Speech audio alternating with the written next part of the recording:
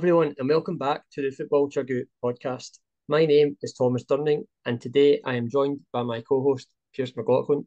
Hello, Pearse. Hello, how you doing? I'm doing well. On today's podcast, we'll be reacting to last weekend's results in the English Premier League and Scottish Premier League, previewing this week's European football matches, and Pearse will be giving a rundown of all the latest Asian football news. So coming up next, we'll be reacting to last weekend's English Premier League results. So I'll just quickly go through them all. So they finished Liverpool 2, Everton 0, Brentford 3, Burnley 0, Nottingham Forest 2, Luton Town 2, Newcastle 4, Crystal Palace 0, Man City 2, Brighton 1, AFC Bournemouth 1, Wolves 2, Chelsea 2, Arsenal 2, Sheffield United 1, Man United 2, Aston Villa 4, West Ham 1, and finally Tottenham 2, Fulham 0. So Pearse, which match from last weekend's matches stands out to you the most? Well, I'm going to go with the match I played last night, and that was the Monday night football action of Tottenham 2, Fulham 0. I just feel as if like every week we talk glowingly about Tottenham, but the fairy tale continues. The manager, Ange Postecoglou, is off the back of manager of the month for the second month in a row. So Heung-min Son got player of the month for the Premier League as well last month as well, right before that national break, and they've gone from strength to strength. Fulham at home, 2-0. You'd suggest that's quite an easy game, but at times it wasn't because Vicario had to make a tremendous save at 0-0 and then again at 2-0. And if you go to 2-1, that you're kind of backs against the wall, clinging on to 3 points. But I think the recruitment Ange Postecoglou has done in his first transfer window has been nothing short of sensational. And you can see further recruitment needs to be done in terms of the overall squad. But in terms of 11, I think to a man, they're absolutely fantastic. And every player knows their role. And I think just the free-flowing football of the attacking fullbacks, and then also the combination of Son and Maddison have been tremendous. And they now make it still top of the league, 2 points clear of Manchester City, unbeaten. So, and it was another wasn't a comfortable one, but it was a convincing one because obviously Fulham are no mugs, and the combination play, Son and Maddison again, a goal and assist each, phenomenal play, and yeah, the fairy tale continues. Yep, I'm going to go for the Chelsea 2, Arsenal 2, which the game that stands out to me the most. Just because, well, number one, I felt Chelsea did deserve to win. I thought they were the better team throughout the full match. Arsenal really struggled in the match to kind of get their game plan kind of going. You know, the usual style of football that they play, it didn't really kind of work out, and they kind of had to start playing long balls at the end, and because of that, they managed to get back in the game out of nowhere. Really, the Chelsea goalkeeper made a mistake for Arsenal's first goal, which made kind of Arsenal give them a lifeline. But I thought that was a really good match, and again, it kind of shows Chelsea how far they've come, and the fact that they really did well in that match, and they probably should have won. Um, and again, I think that they've got quite a good little unbeaten run going now, which again is pretty good. Just also the Aston Villa West Ham game, which finished 4-1 to Aston Villa, which again, it's just Aston Villa are just so impressive. They're just kind of going under the radar at the moment, but they're right up there at the top of the table. And the way they're playing football at the moment, I think they're a really good for a really good chance to, try and claim a top four finish this season. So, yep, they two matches are the matches that stand out to me the most. We also found out last weekend that football legend Sir Bobby Charlton had died. So, Pearse, what is your reaction to this news? Yeah, sad day for not just English football, but I think football in general, because not many players get to win what he done in his career and have the longevity he had. To win obviously the World Cup with his country, England, won the Champions League, European Cup back in the day in '68, and then obviously win the Ballon d'Or. And not many English Englishmen win the Ballon d'Or. I think I can only name a few. I think it's Bobby Charlton and Michael Owen. It's the only two that comes to mind. And so you have to be the best of the best. And obviously, at one point, he was Manchester United and England's record goal scorer until it was broken by Wayne Rooney. And the fact is, Bobby Charlton was an attacking midfielder. And obviously, the fact is that him and his brother survived the Munich air crash, the disaster, like the Busby Babes.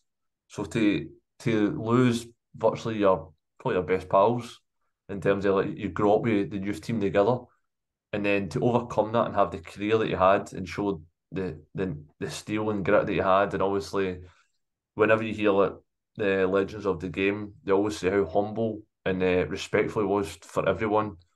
And obviously he was always he was a director after he retired, and he was there for Manchester United, win, lose or draw, and he was one of the people that was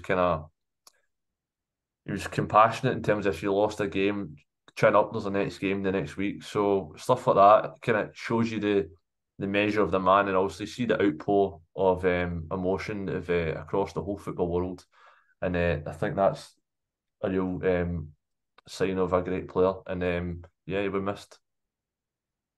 Yeah, it was a sad day because, he is the kind of prime example of a football legend, He's won basically everything in football, World Cup, European Cup, he won titles with Man United as well.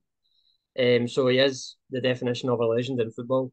He was such a good player back in back in the days when he played. There was like some clips I saw of him and some of the goals he scored with the way the pitches were back then and the way he used to strike the ball was, really impressive. As you said, he's got such a deep connection with Man United. That's his club, and he was an ambassador for them when he gave up football. And he was always there for them.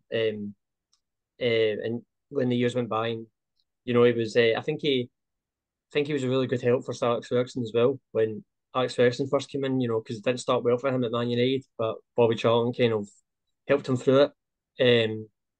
And we all know what happened with Alex Ferguson and the success he had. But no, it really was a sad day. And just as well, obviously the fact that now that means that now that Bobby Charlton's died, that Jeff Hurst is the only living player for in that England team that won the World Cup. So that was I didn't know that until I found out after Bobby Charlton died. So yeah, no, overall it was a sad day, and yeah, I think he's going to be a big miss in the world of football.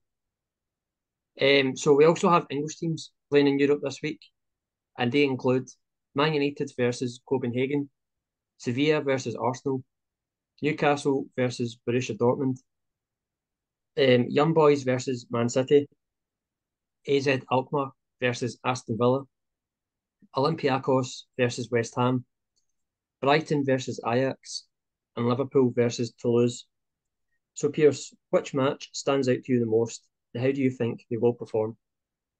Well, I think number one for me has got to be the Newcastle Borussia Dortmund at St James's Park. Dortmund have been kind of steady in the Bundesliga so far this season, considering they lost Jude Bellingham in the summer. So I think they're going for a transition period, and they're looking pretty good. But obviously, you'd back Newcastle after that phenomenal performance in match day 2 against PSG, who they blew them away, and I think PSG were shocked at how intense they were, how hostile the crowd was, and the fact is that they were willing to burst a gut, that which some of these superstars refuse to do sometimes.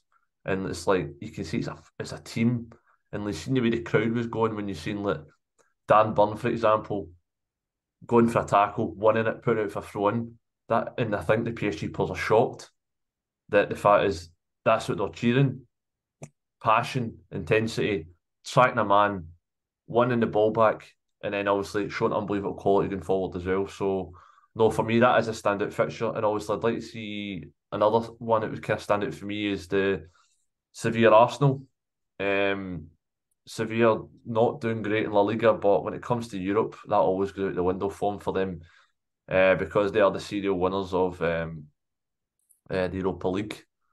under Unai Emery, who's now at Aston Villa in the Conference League. But and obviously, like you say, you've seen Arsenal at the weekend against Chelsea. They managed to claw a draw after a pretty sloppy start, to be honest. And right after international break, they looked a bit leggy at times. And obviously, it depends on how strong a side Arteta puts out. Because obviously, Europa League, maybe mix and change, maybe 3, 4 changes here and there. But I would suggest that Sevilla will be pretty full strength in at the Ramon Sanchez Pizjuan. They were right at it, and that crowd can get very hostile as well. So, and they expect performances, especially in Europe. They may not happen in the league at the moment, but that will come. They're always a second half of the season team. But with Arsenal, they need to get that together if they want to get anything out of the match. And they're the two matches for me that stand out. Yeah, for me, the Newcastle Borussia Dortmund's the biggest one for me that stands out to me the most. Borussia Dortmund have started to run the Bundesliga, and Newcastle started to run the Premier League, so they're both teams in form at the moment. And I think just the fact that Newcastle in Champions League, I just think it's so good to see. They are such a kind of good team to watch, especially the game they played the last time against PSG when they convincingly won.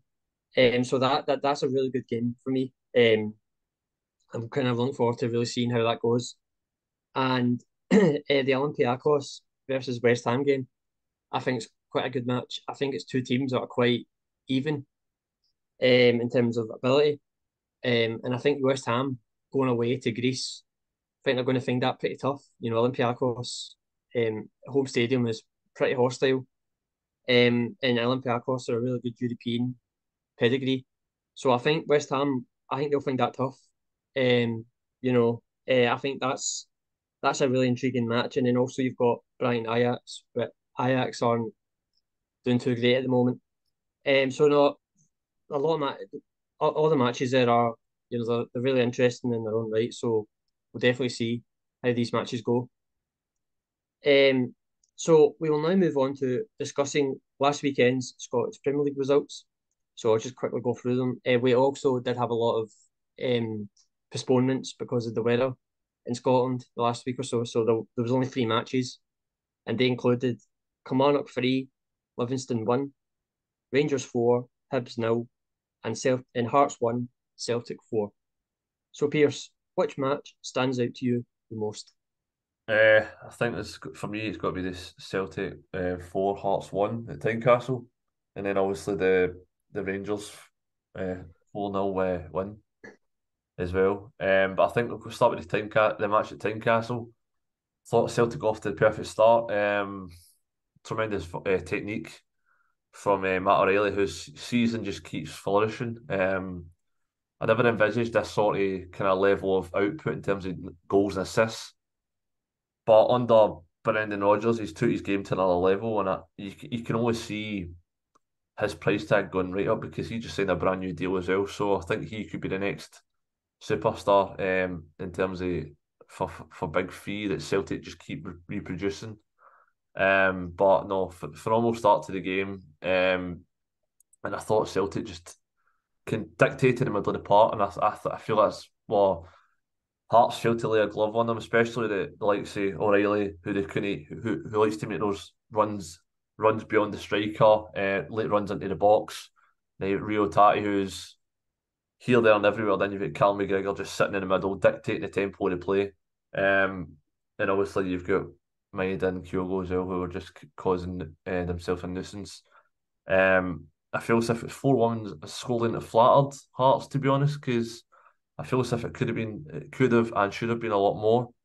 And obviously, in terms of Hearts, they'll need to dust themselves down because I feel as if they never started the game well and they never really got a rhythm into the play. And I feel as if they played Lawrence Shankland far too deep, as if he was like a central midfielder. And the one time that he was up on the opposition box, he pounced on a mistake from Maeda, slack pass, and then bent a lovely ball around Liam Scales into the far corner. And I think he only had 2 shots the whole game. So for someone that was the top goal scorer last season, and he's in around the Scotland squad, you need to have him through the middle. You need to have him in and around the box. You can't have him creating chances. and tracking back, because you don't have, for instance, Celtic don't have Kyogo playing as a centre defensive midfielder. Basically, you have your star strikers in the middle of the box, because you look at Kyogo at the start of the second half, it's on the penalty spot, one chance, goal. That's the difference. Like if Lawrence Shankland was in any sort of position where a chance like that broke from, more often than not, you'd back him to find the back of the net. And in terms of Philippe Clement's first game in charge, Rangers, convincing 4-0 win. I think that's the perfect start, and obviously he'll just need to keep building that confidence and just picking up more results, because obviously good start to his reign, and obviously now just kind of build on that and just get more confidence as the weeks go on, and just put as much pressure on Celtic as possible and close that gap at the top of the table. Yeah.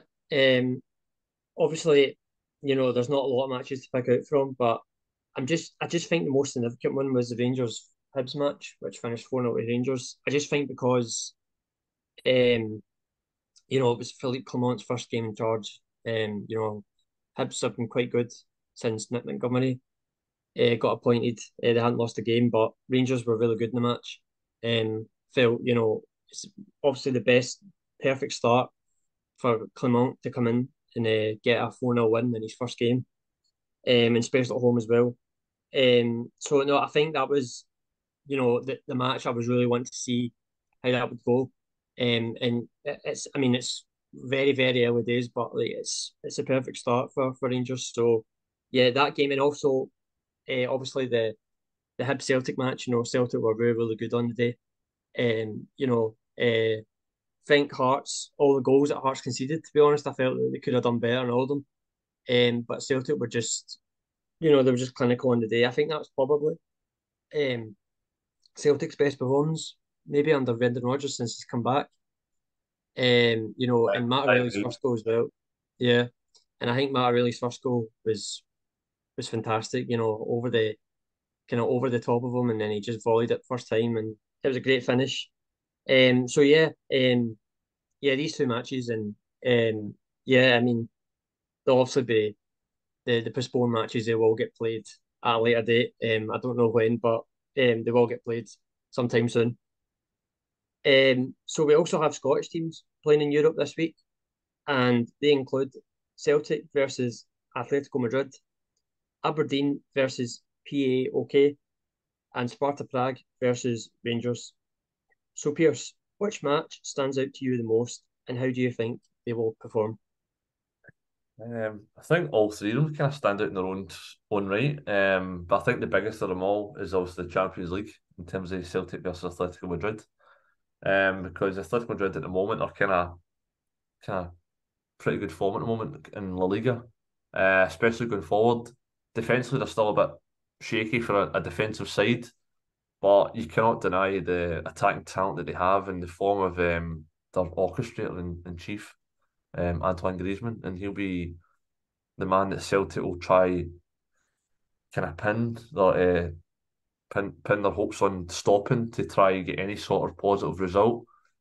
Um, and also Celtic themselves have got 0 points from 2 games. The last game is Lazio. They were bitterly disappointed conceding in the 95th minute, where they probably should have gone on to win the match. But it's Champions League. You get punished at the highest level, and if you don't take your chances, and if you make any sort of mistake, you get punished for it. And they found out last season, Celtic, and they found out again this season. You don't get a medal for good performances for 90 minutes. You get it for getting the 3 points. That's all that matters at the end of the day, no matter how well you play. And also I think Atletico Madrid, we know their style under Simeone. He will sit in and look to hit Celtic in the counter attack, and I think Celtic need to be a bit more defensive minded in terms of not having their fullbacks bombing on, because they've got the pace and they've got the transition to hurt you, Atletico Madrid. And no, I can see that one being a very close game. I don't think it being high scoring. But Celtic need to get some sort of positive result. They need to get some points on the board if they've got any chance of getting football beyond Christmas. And in terms of the Aberdeen and PAOK Salonika, you touched on it briefly with an English side playing Olympiacos. I think it was. What was it? What team was it you're saying? For the Aberdeen game. I know. Sorry, what was it? What was it? Olympiacos, West Ham. So another Greek side. Yeah. Greek sides are, as we know, they're pretty stubborn in Europe. They usually punch above their weight. And then Aberdeen, obviously, have done not too bad so far this campaign. Well, obviously they narrowly get defeated against Frankfurt in the first match, and I'm not too sure if they won in the second match, but they put in a better performance at Pittodrie. And but in terms of Park Salonika, that'll be a very tough tie, and hopefully the Scottish side can get a positive result. But I could see that match being a draw or a narrow Park Salonika win. And in terms of Europa League with Sparta Prague and Rangers, Rangers managed to get a win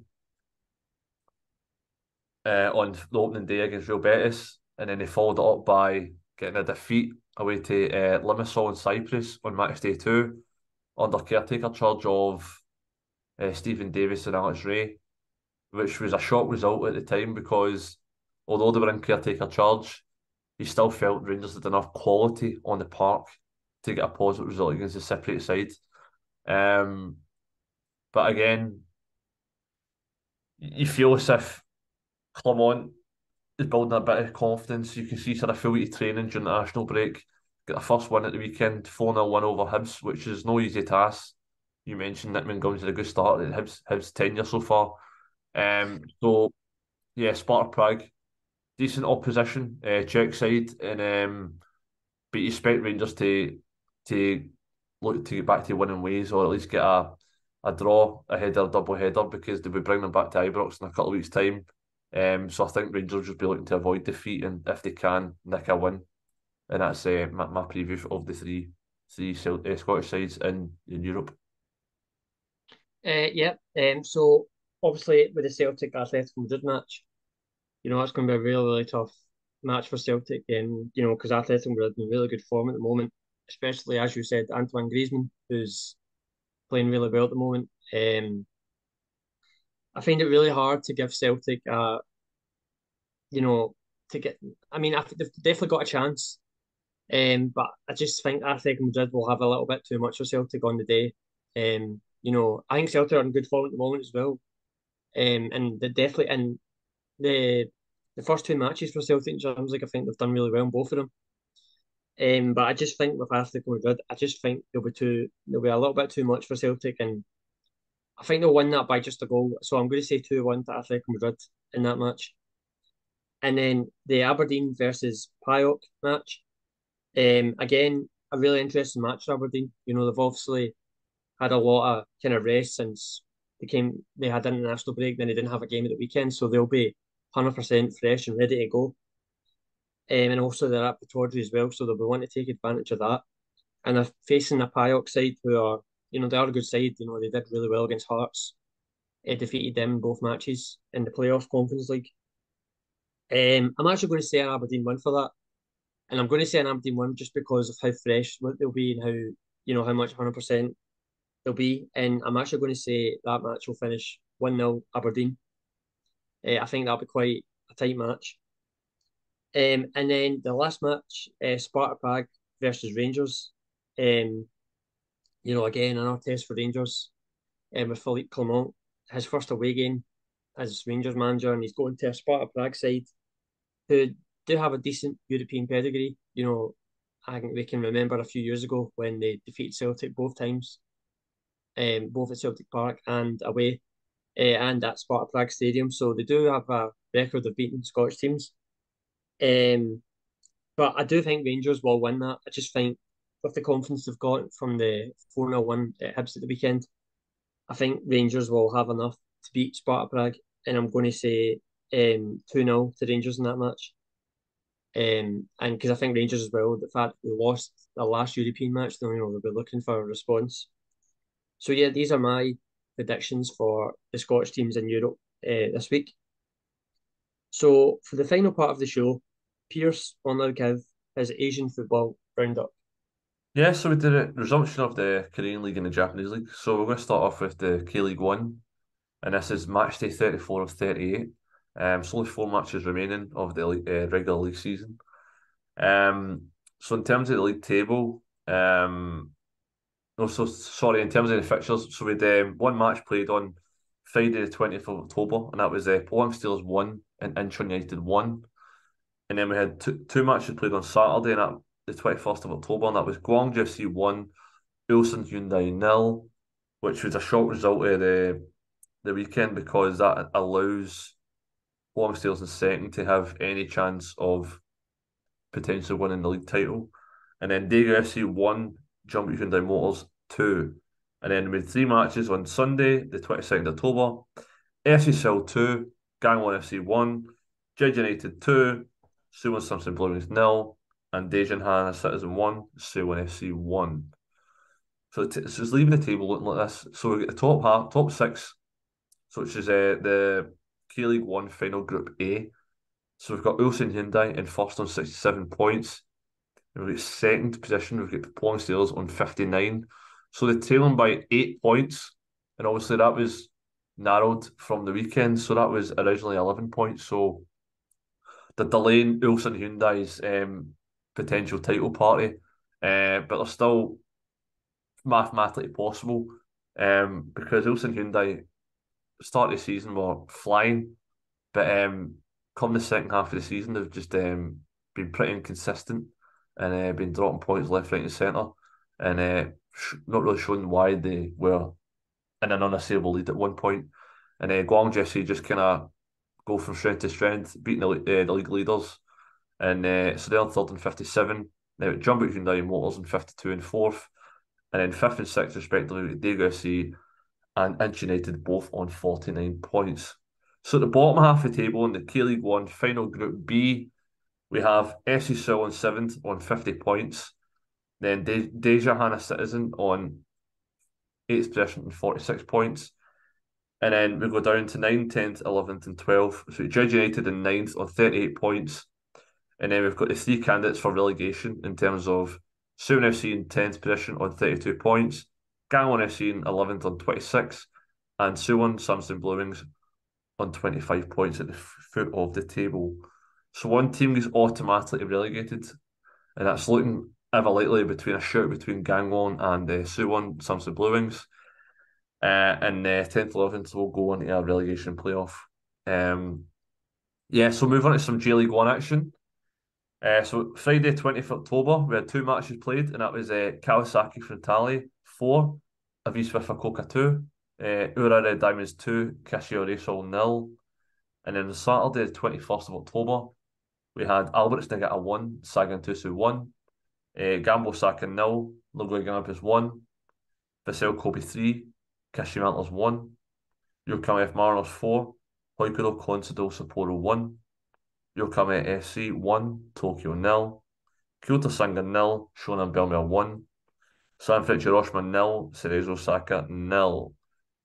So in terms of the league table, so we're just focusing solely on the relegation and the title chances at the top of the table. So this is match day 30 of 34.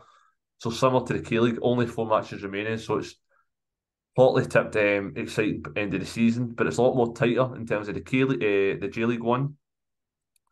So at the top of the table, we have Vissel Kobe on 30 matches played, 61 points. And then right behind them with Yokohama F Mariners on 57. It's only 4 points separate the top two. And also the top two of the league gets straight automatically into the Asian Champions League group stage. And in third position, we've got Ura Diamonds in 53 points. And in fourth position, we've got Nagoya Grampus in 50 points. So in terms of the third position, that also gets a team into the Asian Champions League playoff round. So all to play for in terms of the Asian Champions League and also the league title. So in terms of the relegation scrap, it's a straight shout again with between three sides. The 16th position we've got Calcio Reysol on 29 points, and then 17th position Shonan Belmare on 27. And at the foot of the table we've got Shinsuke Nakamura's old side and Yokohama FC on 26 points. So in terms of the relegation scraps. So 16th being 17th position going to the relegation playoffs, and 80th position gets automatic relegated into the G League 2. So in terms of other Asian football news, so after months of investigations and deliberations, the J League's executive committee is expected to approve a switch to a full spring schedule from what would be the start of the 2026-2027 season. So the 2026-27 season and future seasons in World Cup years would run from early August to the end of May. All seasons would start in mid-July and end in early June. This will naturally impact just about every aspect of the pro soccer scene in Japan in terms of sponsorship contracts, which stretch across fiscal years. Rookie intake will no longer correspond with the start of the season, and how to support clubs in snowy regions who will have to now play in winter months. The final approval will be expected in December's board meeting. So the JFA have announced an international friendly between Japan and Thailand on Monday, the 1st of January 2024 at the Japan National Stadium in Tokyo. Karo Mitoma has signed a new long-term contract at Brighton and Hove Albion that will keep him at the club until June 2027. Another fantastic piece of business by Brighton, as they now have secured the long-term future of one of their key assets. And if a big club comes in for Mitoma, it has to be for a record fee in the Premier League. And they've shown in the past that they're very shrewd in terms of, obviously, Moses Caicedo, Mark Cucurella, to name a few. So Guangzhou City Mayor and Guangzhou FC President Kang Ki-jong said, if there's a company that wants to acquire the club, we will sell it. We are already looking for a company that is willing to acquire the club. So according to Albanian media, Guangzhou FC winger Jasir Sani has received offers from clubs in Germany, Spain, Italy, and Saudi Arabia. He said he plans to move to one of these clubs in January. It will be a massive loss to K-League 1 and Guangzhou FC, as he's been one of the standout performers this season. And he's shown that for his country as well, when he's scoring week in, week out in the European qualifiers. And he's certainly earned his move when it comes in January.